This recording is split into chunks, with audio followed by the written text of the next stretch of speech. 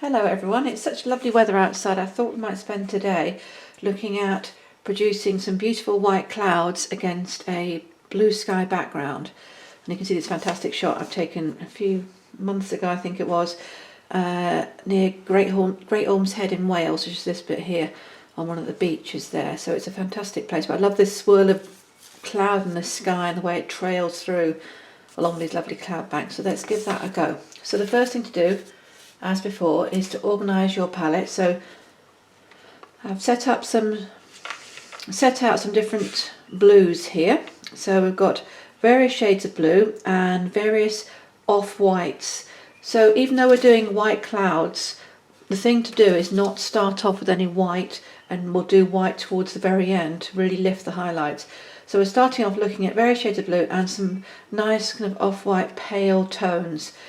Now, the first step though is to get things laid out on the paper. So what I'm going to do is just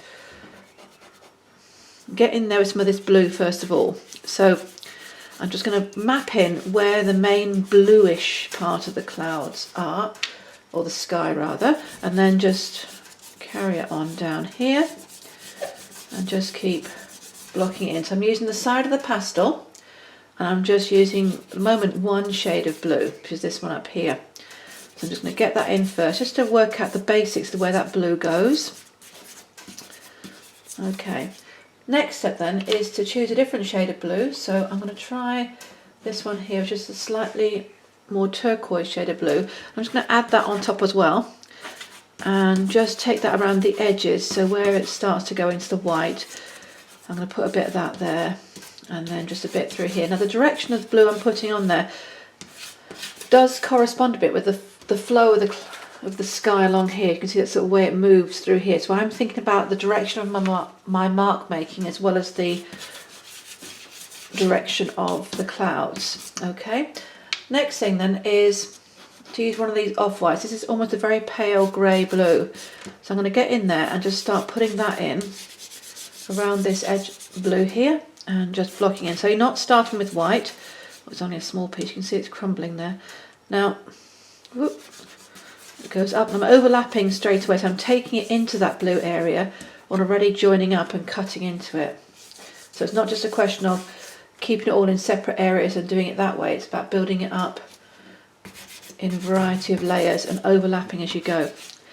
Now I'm putting on this pale shade as well. This is a slightly warmer tone, so you can see it comes up slightly pinker, which is not a bad thing. List some of these colours on here, and I'm taking it through down below here a bit more, and then we'll go back to this other shade here, which is distinctly darker. Now you might think that initially looks quite a pale grey, but it's surprising when you look at it on here how much darker it appears, isn't it? But this would be quite useful for further down on the sky, because further down there are these nice darker areas here, and sort of some dark greys through there. So I'm going to put that on there. So start blocking over. So side of the pastel and just mapping in. I'm going to put a bit up towards the top here as well, partly to balance the piece, but also because that's quite a more solid white cloud there, so a bit of that up there as well.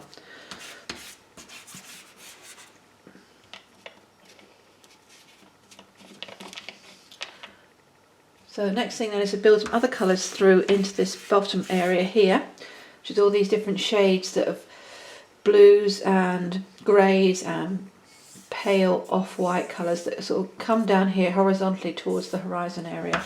So I'm just going to cut a few different colours through there. So there's 2 or 3 shades here that I'm using. This is when unison colour work really well, because you can get a lot of these lovely slightly off-white tints, and it's just lovely to work with. Right, let's see what else we've got in here that's in that pale area. So let's grab this one here. So this is slightly duller colour. Put that bit through there, and then as you can see there, okay, and then go back to that stronger grey coming on down here. I'll put some grey through the horizon and then through the actual beach scene as well, because there's a nice sense of the light reflecting onto the sand there. So just keep building your layers up. At no point add any white. Okay, so I've gathered together some interesting colours for the next part of it. Now what I've done here is just made a few blocks of colour next to each other. So we've got some of those colours gathered into little groups, and we can tell then if that's going to be quite harmonious. And again, if you've seen previous videos, you know the harmonious nature of the first stages of the pastel piece is very important, because there can be a lot of blending happening. So you just start off making sure that the colours you're using initially go on really well together and won't clash or make some strange combination effect as you use them. Now I've got various shades on here, some lilac, some beige and browns, heading towards a sort of more mustard tone. So I'm going to put that one lower down for the beach area. So you can see it's really quite bold on there. So that's quite dramatic. But then I'm going to put over it some more of these more purple tones, just to knock it in a bit and to bring it more in tune with the sky, so it's not entirely separate. I'm not at the moment doing Great Orm's Head, I'm just going to leave that for now, so don't worry about things like features on the horizon, features on the beach and so on yet. We're just going to get that going first. So various different shades and then mixing them together. Now ideally you want to aim for around 3 shades to work well together. So don't just think, oh, I need to find that exact shade and put it on. The idea is you mix 2 or 3 shades together at all times. So whatever area you're working on, try and get at least 3 different colours. And at this stage, make sure they're 3 different harmonious colours. Now what I'm putting on here is a blue, and it's a very pale blue. So I'm just adding it over where the greyish cloud is in the sky. So it's where the white would normally go, but it's, oops, still starting off with some grey shades mixed with that blue. Right, so putting that on there, then blow the excess off. Okay, so what we have here then is that originally that area of blue, which is 2 different shades of blue, coming in down here, sweeping down through that bit of sky. Then we've got the off-whites and various pale blues just cutting in through it, overlapping with it, down through to these pale blues, then pale greys and creamy tones and so on, layering those up, and the greys all the way down through here, and some lilacs. Now the reason for using things like lilac is because the beach being that sort of yellowy mustard colour, if you think about the colour wheel, then things like lilac tones are going to work well as an opposite, a complementary colour for those more mustard tones. So it will help the whole piece balance a bit. So I'm going to include some of that more lilac effect, which is this one here, quite a warm colour, bringing that up into where those grey blues are in the cloudier areas. And I'm sort of building that over and overlapping that pretty much straight away, and adding different shades of grey and putting those in and just building those colours on top of each other. So as you can see, it's quite messy at this stage, but I am using directional mark making that isn't just random, it is thinking about the direction the clouds are making, the movement they have got, and just adding it on there. So just put a bit up there, a bit across here. Okay, so starting off with then, very kind of basic, rough, and not entirely linked to what you see here. So the blues are in, and then these different shades. No detail yet, not edges or anything else. Just get the general feel for it in there first, so nice and messy. So just going to blow the excess off. And then we'll start off with the fun bit, which is the blending. So let's get on in there and just start. So now I'm using circular movements around the edges here. So I want that blue to interact with the pale on the edges here. Now you can see the blue is quite dominant, and it's really building on top of that pale colour, and it's really mixing well with it, but it's making it into quite a strong blue area, and that's fine because I want to get these eventually sweeping through together. But the key thing will be not to let that paler colour, this sort of thing here and this thing here, don't let it come too far into the middle. Don't rub to the point where you're bringing that pale colour right through to the centre. If you do that, you're going to lose that strong blue. If you look back at the original piece here, you can see there's a very strong blue through here. So you want to kind of keep that lovely clarity of blue by not letting it creep in from the edges too much and really overshadow it slightly. So just be aware of that.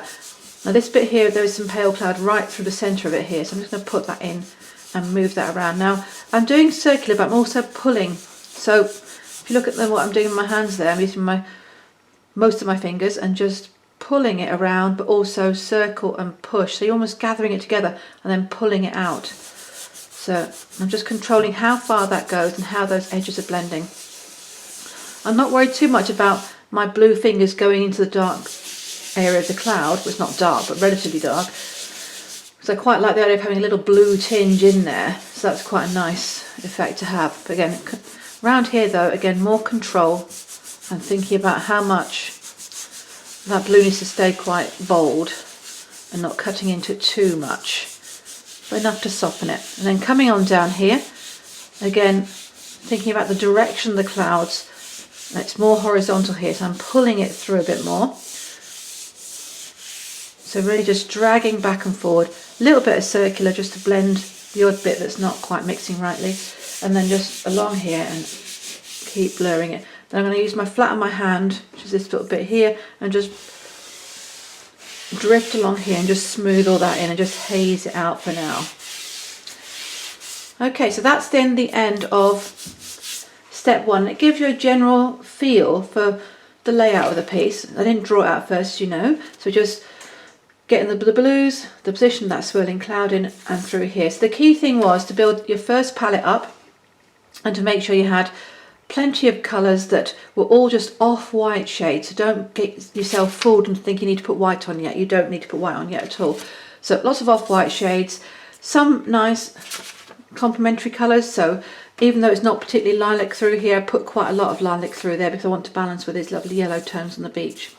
Not thinking about the horizon line yet. I may or may not put Great Orm's Head in, for example, so we'll see how that goes. So just building up through here, getting the movement, and then using the side of the pastel, layering it up, and then blending them together. But the key thing is, I've already used about 7 or 8 shades, so you want to use at least 3 on each area. So, you know, 2 or 3 blues, 2 or 3 greys, and so on. Okay, so the next stage we'll talk about how to start building on top of this. I'm probably going to add more blues next, and then more pale tones around the edges of the cloud. We'll talk about edges and how to create those. Okay.